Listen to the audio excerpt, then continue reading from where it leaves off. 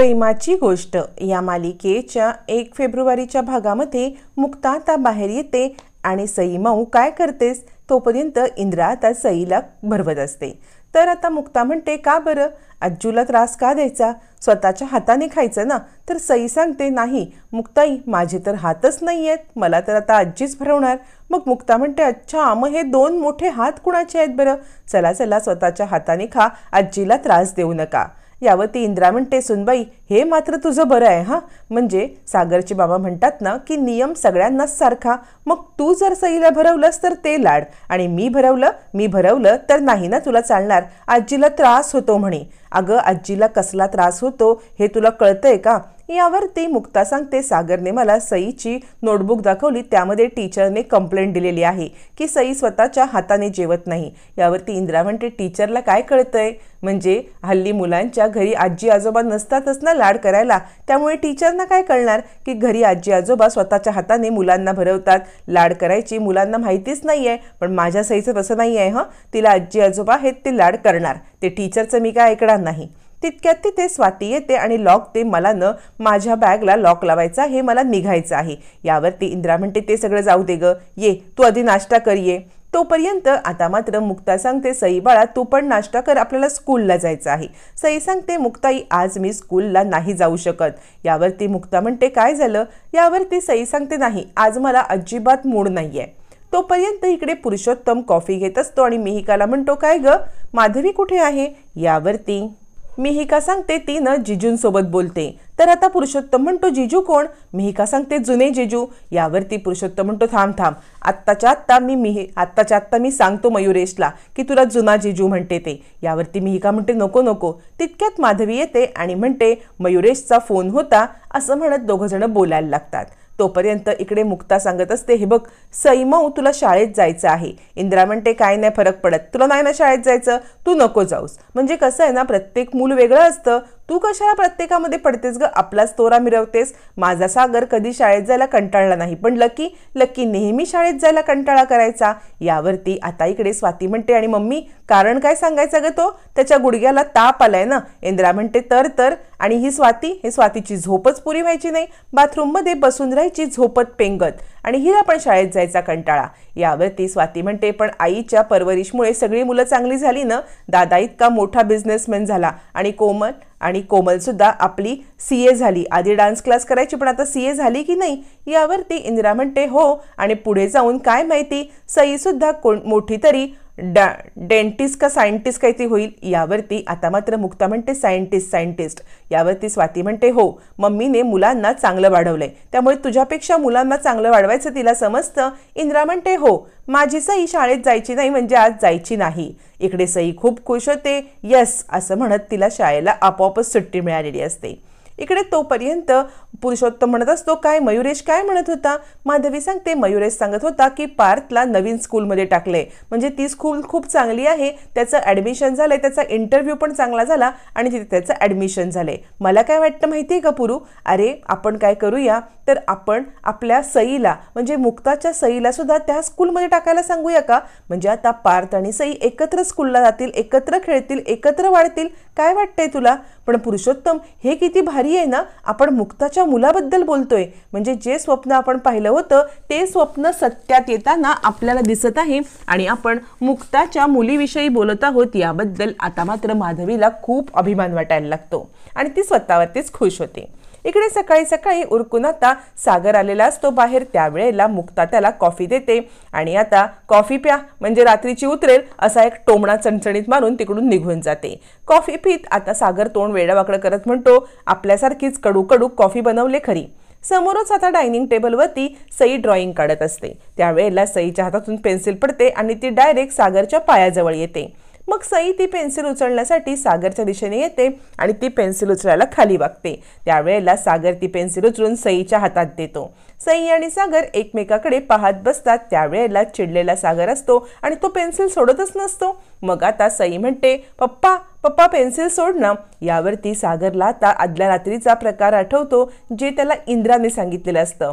इंद्राने सांगितलेलं असतं की आम्ही आमचं हे घर सईच्या नावावरती केलंय आणि आता सई नक्की कोणाची मुलगी हा तर प्रश्न उरलेलाच असतो, त्यामुळे सागर त्याच विचारात असतो. मग मात्र तो पेन्सिल सोडतो आणि आता सई पुन्हा ड्रॉइंग काढायला जाते. पण इकडे सागरचा चेहरा मात्र पडलेला असतो आणि त्याच वेळेला अजून त्याला त्रासदायक घटना घडते, ते म्हणजे आदित्यचा कॉल येतो.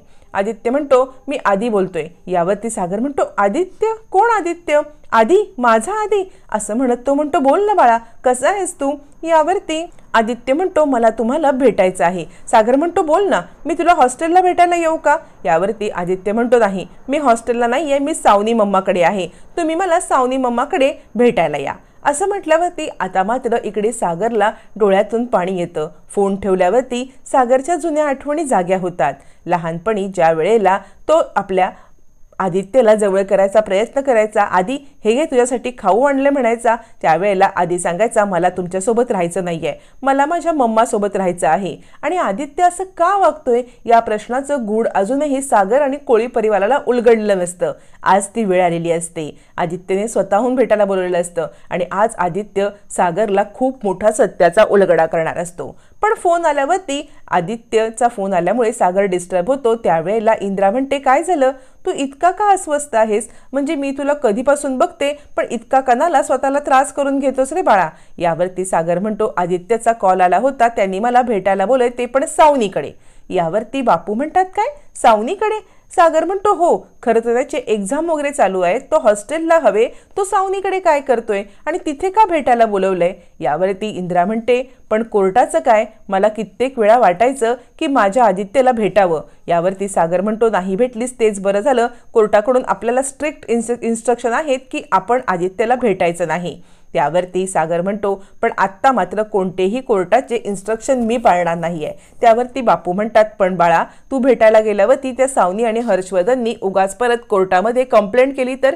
सागर म्हणतो नाही, आता कोर्टामध्ये कितीही कुणीही कंप्लेंट केली ना तरी माझ्या मुलाने मला स्वतःहून भेटायला बोलवलंय ना, मग मी तिकडे जाणारच, त्यामुळे मला आता कुणी म्हणजे कुणीही अडवू शकत नाही. यावरती बापू म्हणतात तू ठीक आहे जा. यावरती सागर म्हणतो माझी खूप महत्त्वाची मीटिंग आहे, पण आज कोणतीही मीटिंग माझ्यासाठी महत्त्वाची नाही, मला फक्त आदित्यला भेटणं महत्त्वाचं.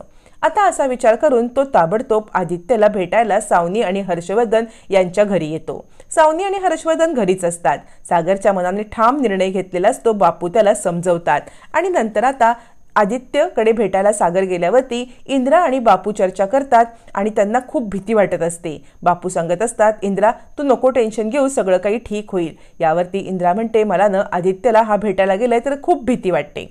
मुक्ता विचार करते ज्याप्रमाणे सई ह्या घरची मुलगी त्याचप्रमाणे आदित्य पण या घरचा मुलगा आहे, मग सईला घेऊन हे सगळेजण इतके नॉर्मल आहेत तर आदित्यला घेऊन इतके घाबरलेत का? नक्की काय गूढ आहे? आदित्यचं नाव काढल्यावरती या घरामध्ये एक भीतीचं वातावरण का निर्माण होतं? असा विचार करत मुक्ता असते. तोपर्यंत इकडे सागर येतो. हर्ष म्हणतो काय तुझ्या मुलाला भेटायला आलेस का?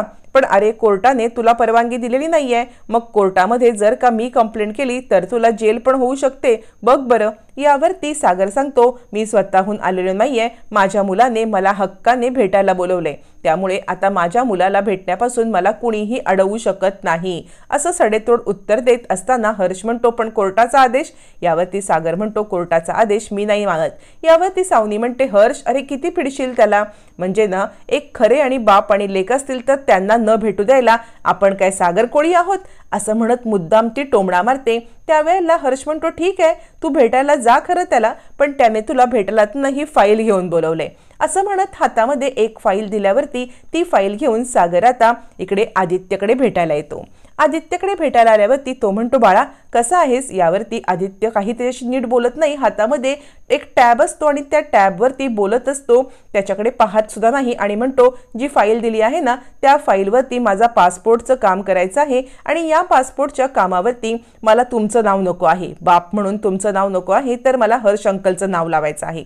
आता हा धक्का मात्र इकडे सागरला काही पचवता येत नसतो. सागरला जबरदस्त धक्का बसतो.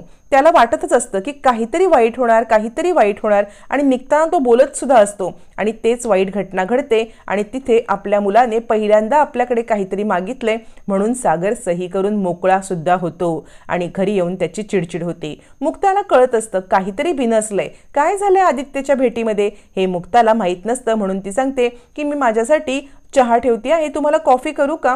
यावरती सागर म्हणतो नाही, मी माझी कॉफी स्वतः करून घेईन आणि सागरचा हात भासतो. मग मुक्ता आता त्याच्या हातावरती हळूवार फुंकर घालत असते. सागर म्हणतो इतकं काही नाही झालेलं आहे. मुक्ता म्हणते काय आहे, नक्की काय चालतंय मनामध्ये? असं म्हणत मुक्ता आता मुद्द्याला हात घालते. दोन घटना घडलेल्या असतात, एक म्हणजे सई हर्षवर्धनची मुलगी ही घटना आणि दुसरं म्हणजे आदित्यने बाप म्हणून याचं नाव टाकलंय ही घटना. दोन्ही घटनांनी सागर कोलमडून गेलेला असतो. पण आता मुक्ता DNA टेस्ट करत सई ही सागरचीच मुलगी आहे हे सिद्ध करणार असते.